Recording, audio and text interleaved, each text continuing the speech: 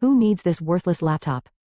Sold IT for $500, Mom announced at Sunday dinner, counting the cash. She only uses IT for Facebook anyway. Everyone laughed and nodded in agreement.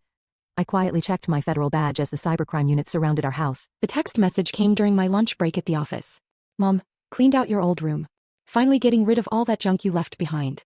I stared at the message for a long moment, my sandwich forgotten. Old room meant the bedroom I'd stayed in for 2 weeks last month when my apartment building had emergency repairs. Junk probably meant my entire life. Me, what exactly did you throw away? Mom, just old stuff. Broken laptop, some clothes, random papers. Nothing important. My blood went cold. Me, which laptop? Mom, the black one that doesn't turn on. Relax, it was garbage. I stood up so fast my chair rolled backward and hit the wall.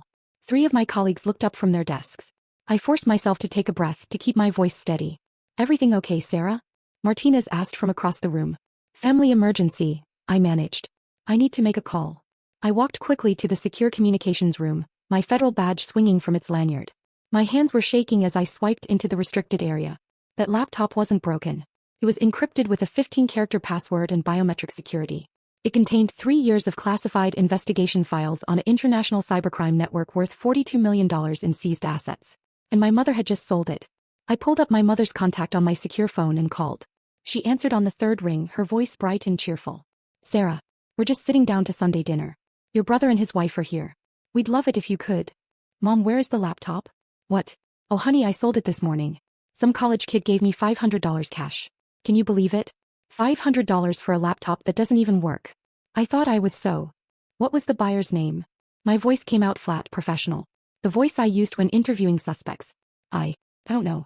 He saw my Facebook Marketplace post and came right over. Why does it matter? It was just taking up space in. I need you to listen to me very carefully. That laptop was not mine to sell. It's federal property. You've committed a felony. There was a long pause. Then she laughed. Sarah, don't be dramatic. It was in your room. I assumed. You assumed wrong. I'm calling the cybercrime unit. Don't touch anything else in that room. Don't delete any messages. Don't contact that buyer. Do you understand? Sarah Jane Mitchell, I don't appreciate your tone. I'm your mother and I was just trying to help clean up your... I ended the call and immediately contacted my supervisor, Deputy Director Chen. He answered immediately. Mitchell. It's Sunday. This better be. Sir, we have a situation. My classified laptop was sold by a family member. Approximately 2 hours ago. All case files for Operation Silent Wire were on that device. The silence on the other end lasted 3 seconds. Then, Jesus Christ. Give me the address. I'm activating the emergency response team now. 15 minutes later, I pulled into my parents' driveway. 4 unmarked federal vehicles were already there, parked strategically to block any exits. My mother stood on the front porch, her face pale, clutching her phone. My father stood beside her, his expression somewhere between confused and angry. My brother Derek sat on the porch steps, his wife Amanda standing behind him with her hand on his shoulder. Both of them stared at the federal agents like they'd appeared out of thin air. I stepped out of my car, my badge clearly visible. Agent Rodriguez approached me first. Mitchell, the area is secure. Your mother has been very uncooperative. That's my mother's default setting, I said quietly. Where's Chin? Inside, reviewing the Facebook Marketplace messages. We're running a trace on the buyer now. My mother spotted me and immediately started down the steps. Sarah, what is going on? Why are there government agents in our house? I walked past her, following Rodriguez inside. My father grabbed my arm. Sarah, your mother made a simple mistake. There's no need for all this. Dad, she sold classified federal property to an unknown buyer. This isn't a simple mistake. This is a federal crime. Derek jumped to his feet. Oh, come on. Mom didn't know it was your work laptop. You left it here.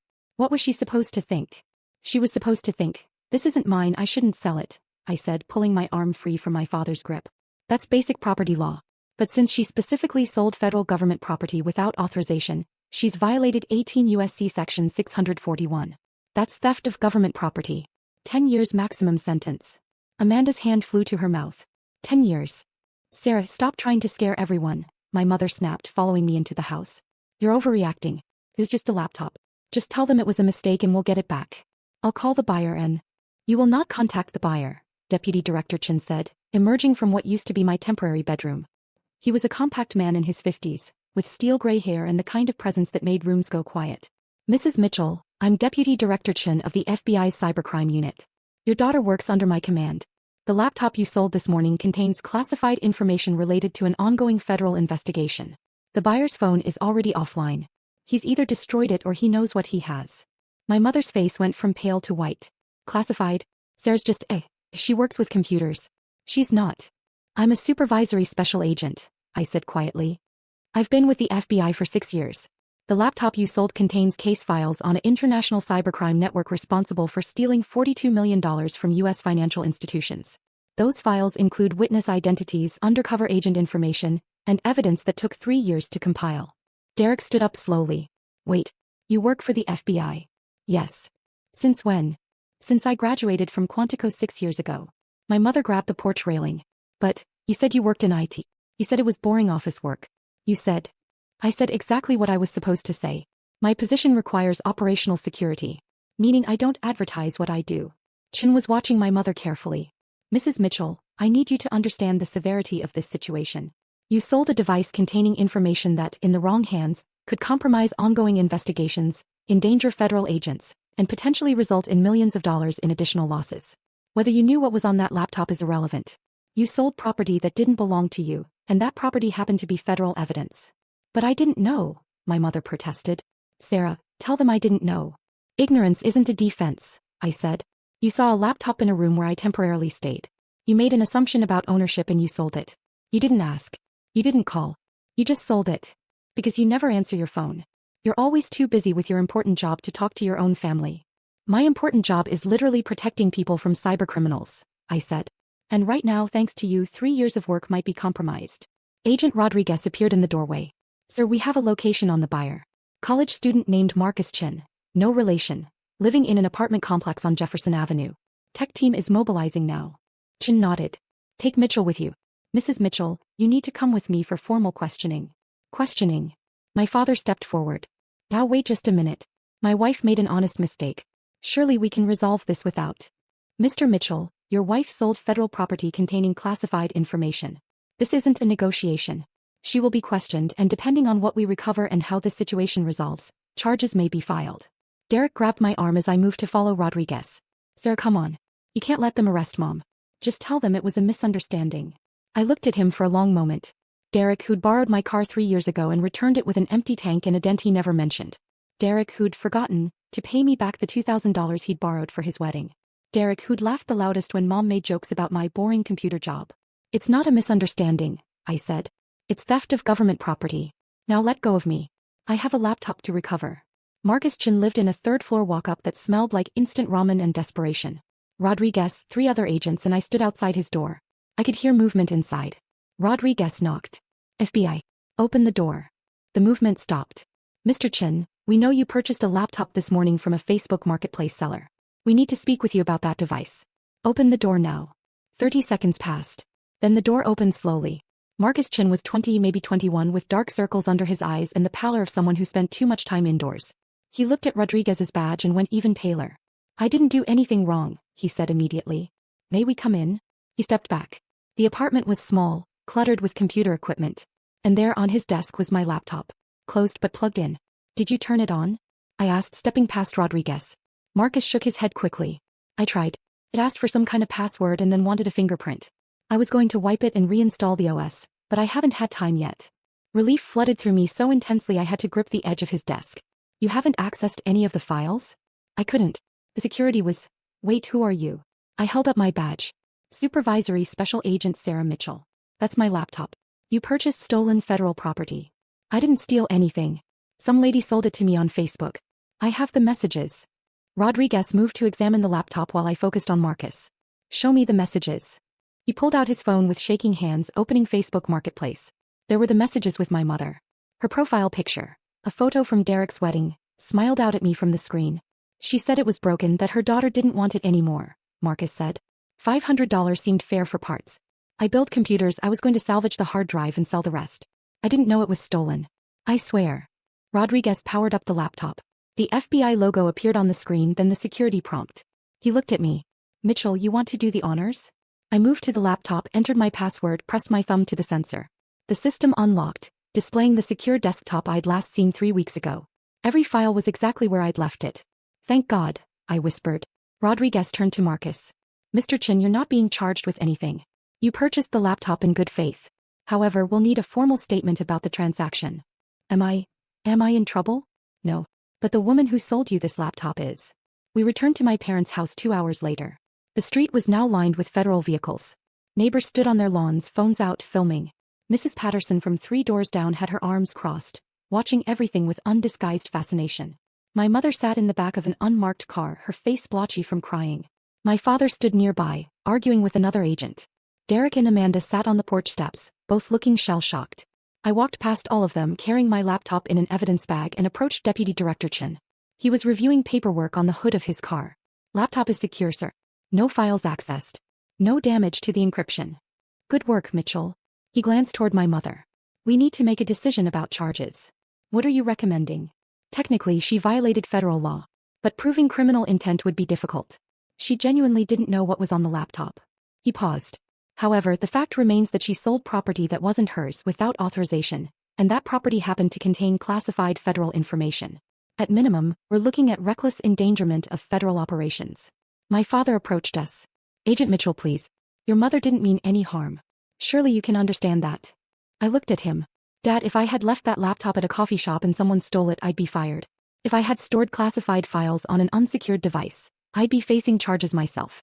The only reason this didn't turn into a complete disaster is because we recovered it before the buyer could access it. But she's your mother. Which is exactly why I'm not the one making this decision. I'm too close to this situation. Deputy Director Chen will determine if charges are filed. Chen closed his folder. Mrs. Mitchell will be released tonight with a formal warning. However, this incident will be documented in her permanent record. If she ever applies for any position requiring security clearance or background checks, this will be disclosed. Additionally, she's required to complete a federal property awareness course and pay a fine of $5,000. $5,000. Derek jumped to his feet. For selling a $500 laptop? For selling classified federal property without authorization, Chen corrected. She's getting off extremely lightly. If Agent Mitchell hadn't been family, if the laptop had been accessed, if any of those files had been compromised, your mother would be facing federal charges with mandatory minimum sentences. Be grateful we recovered it intact. He nodded to the agents by the car. They opened the door, helping my mother out. She stumbled toward me, mascara streaked down her face. Sarah, please. Tell them this is all a mistake. Tell them you forgive me. I can't do that, Mom. Why not? I'm your mother. I raised you. You sold my property without asking me. You made assumptions about my life, my work, my possessions. You've done that my entire life. Assume you know better. Assume you understand. You don't. I was trying to help. No, you were trying to control. There's a difference. My father put his arm around her shoulders. Sarah, your mother made a mistake. Surely you can show some compassion. I looked at both of them for a long moment. Compassion would be me not testifying if this went to trial. Compassion would be me vouching for her character if federal charges were filed. Compassion would be me accepting that she genuinely didn't understand what she'd done. And I am showing that compassion. That's why she's going home tonight instead of spending the night in federal custody. But the fine is non-negotiable. And honestly, it's less than the $500 she got for the laptop. She's coming out ahead. Derek grabbed my shoulder. Sarah, we're family. Family helps each other. Can't you just? Family respects boundaries, I said, pulling away from him. Family doesn't sell each other's property. Family doesn't make assumptions about each other's lives. We didn't know you worked for the FBI. Because I couldn't tell you. Because my job requires operational security. Because the work I do is sensitive and dangerous and requires absolute discretion. I looked at my mother. But instead of respecting that I had my reasons for privacy, instead of asking before touching my things, you just assumed I was nobody important doing nothing important. My mother's face crumpled. I never said you were nobody. You didn't have to say it. You showed it. Every time you introduced me as Sarah, she works with computers. Every time you changed the subject when I tried to talk about work. Every time you made it clear that Derek's sales job was somehow more impressive than whatever I was doing. That's not fair, Derek protested. Isn't it? When was the last time Mom bragged about me at her book club? When was the last time Dad told his golf buddies about my career? You don't even know what I do because you never bothered to ask past the surface level. Chen cleared his throat. Mitchell, we need to transport the laptop back to the field office. You riding with us? Yes, sir. I turned to walk toward the federal vehicles. My mother called after me. Sir, wait. When will we see you again? I paused, looking back at her. I don't know, Mom. I need some time to think about boundaries and respect and what family actually means. You can't just abandon your family. I'm not abandoning anyone. I'm protecting myself. There's a difference. 3 days later, I sat in Deputy Director Chen's office, reviewing the final incident report. The laptop had been thoroughly examined by our tech team. Every file was intact. No breaches. No compromises. Operation Silent Wire could continue. Chin signed the final page and closed the folder. Mitchell, I have to say, you handled that situation with remarkable professionalism given the personal nature of it. Thank you, sir. How are things with your family? I thought about the 17 missed calls from my mother, the 12 text messages from Derek, the email from my father asking me to be reasonable. I hadn't responded to any of them. Complicated, I said finally. They understand now what you do? They understand I work for the FBI. I don't think they understand what that actually means yet. Chin nodded slowly. Operational security exists for a reason. But I imagine it's difficult when it means keeping secrets from family. The secrets aren't the hard part, sir. The hard part is them assuming the secrets mean I'm not important, that my work doesn't matter, that I'm just killing time until I find something better. I paused. My mother sold my laptop because she genuinely believed it was worthless. That's what hurts. For what it's worth, Agent Mitchell, your work here has saved millions of dollars and protected countless victims. You're one of the best analysts I've ever supervised. Your family's inability to see that is their loss, not yours. Thank you, sir. He handed me a new laptop, this one with even more robust security features. Try not to leave this one at your parents' house. I managed a small smile. I'll keep it handcuffed to my wrist, sir. That Sunday I didn't go to family dinner. Instead, I worked late at the office reviewing case files for Operation Silent Wire. My phone buzzed constantly. Mom, Derek, Dad, Amanda, even my Aunt Carol, who I hadn't spoken to in 2 years. But I ignored them all.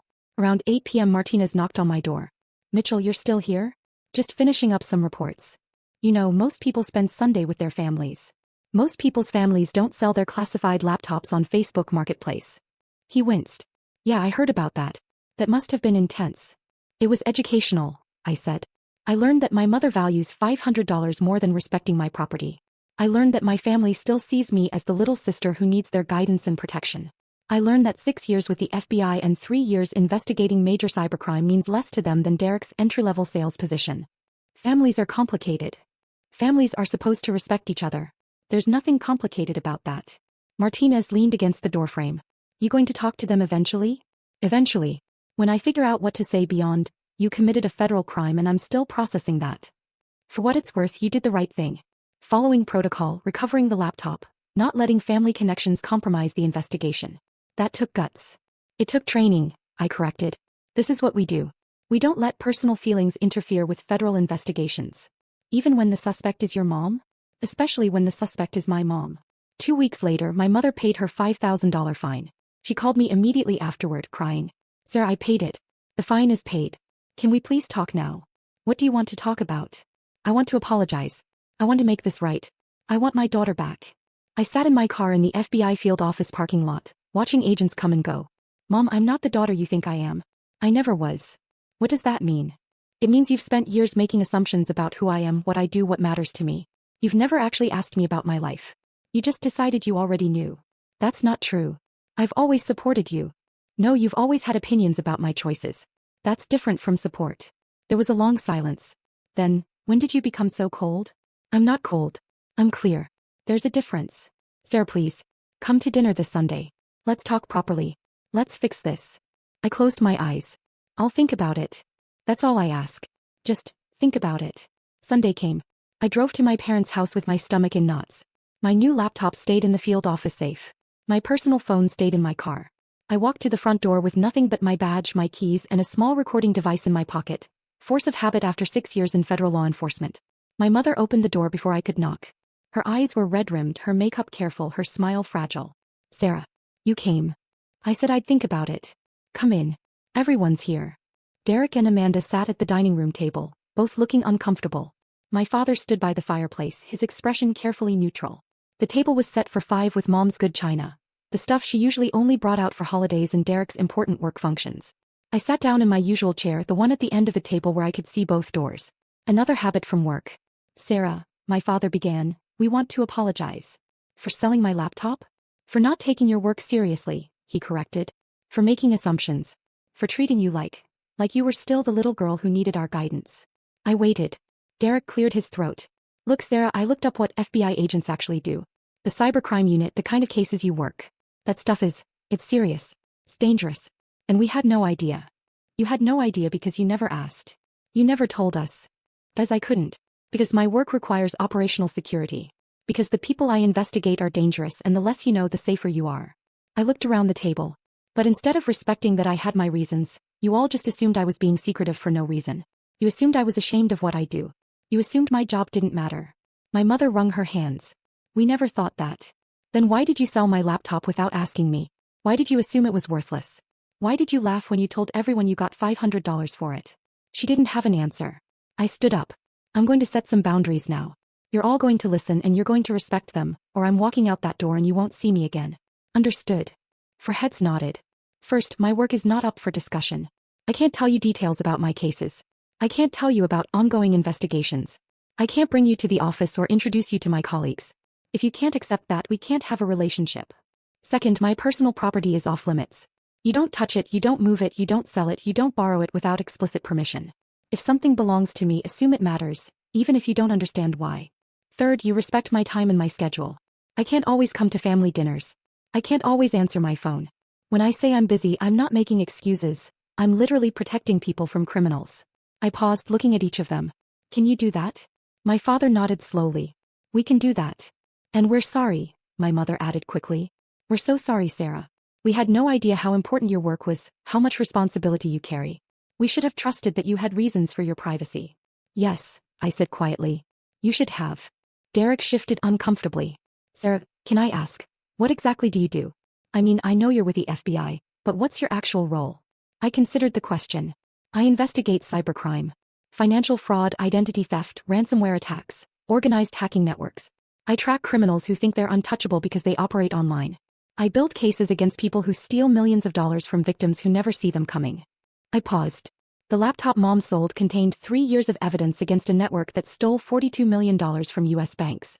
If that information had been compromised, 3 years of work would have been destroyed. Witnesses could have been identified and killed. Undercover agents could have been exposed. The entire investigation could have collapsed. The room was silent. That's what was on the laptop you sold for $500, I said, looking at my mother. That's what you almost destroyed. She started crying again. My father put his arm around her shoulders. We understand now, he said. We're sorry. I sat back down slowly. I need you to really understand. I don't have a boring office job. I don't sit in a cubicle playing on Facebook all day. I carry a weapon. I have arrest authority. I've testified in federal court. I've helped put criminals in prison for decades. This isn't a hobby or a phase or something I'm doing until I figure out what I really want to do with my life. This is my career. This is who I am. Amanda spoke for the first time. We're proud of you, Sarah. For what it's worth. I looked at her. Are you? Yes. Genuinely. What you do matters. It helps people. And it takes courage. She glanced at Derek. We should have recognized that sooner. Derek nodded reluctantly. Yeah. We should have. Dinner was awkward but civil. My mother asked careful questions about my apartment, my car, anything that wasn't work-related. My father talked about his golf game. Derek mentioned his latest sales numbers with less enthusiasm than usual, like he'd realized his triumph over closing a $1,000 account seemed small next to federal investigations worth millions. I left early, claiming exhaustion. My mother hugged me at the door. Will you come back? She whispered. Next week. Maybe. If I don't have a case emergency. Of course. Your work comes first. It was the first time she'd ever said that and actually meant it. 3 months later, Operation Silent Wire concluded successfully. We arrested 17 members of the cybercrime network, seized $42 million in assets, and shut down their entire operation. It made national news.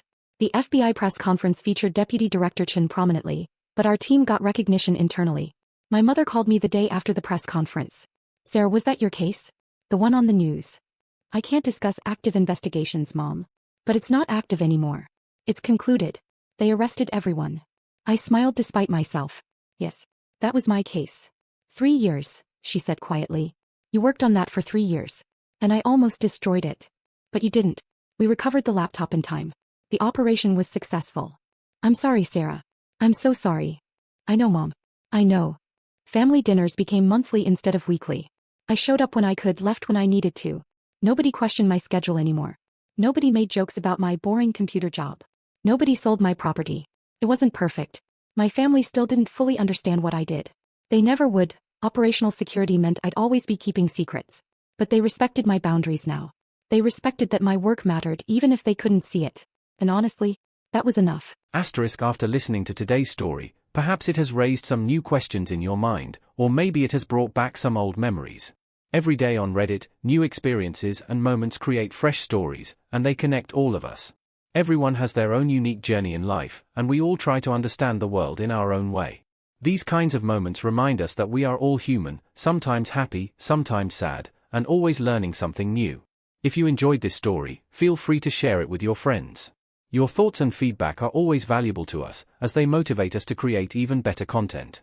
Every story has its own unique angle, and our goal is to understand everyone's perspective and make our content diverse and relatable. Stories like these help us realize that life's journey is different for everyone, and by hearing other stories, we learn something new. You can also share your own stories with us. Your experiences are valuable to us as well, and if you enjoyed this video, please leave your feedback. We aim to create content that brightens your mind and gives you new ideas every time. If you've already seen this video before, your feedback is still important. With every piece of feedback, we can improve our content and bring a new perspective to our viewers. Today, what we saw was just a small part of the many stories shared on Reddit and across the world. It's a reminder of how we all try to understand life by sharing our experiences with each other. This video was only an example of how we try to connect with others through storytelling, learning about different sides of life. We hope to continue sharing such stories that help us all learn and grow together. Thank you for your time, and don't forget to keep an eye out for more stories coming soon. If you haven't already, please like and follow for more amazing content. Your support keeps us going, and we will strive to bring you more thought-provoking and heartwarming stories. Until next time, take care and stay curious. ****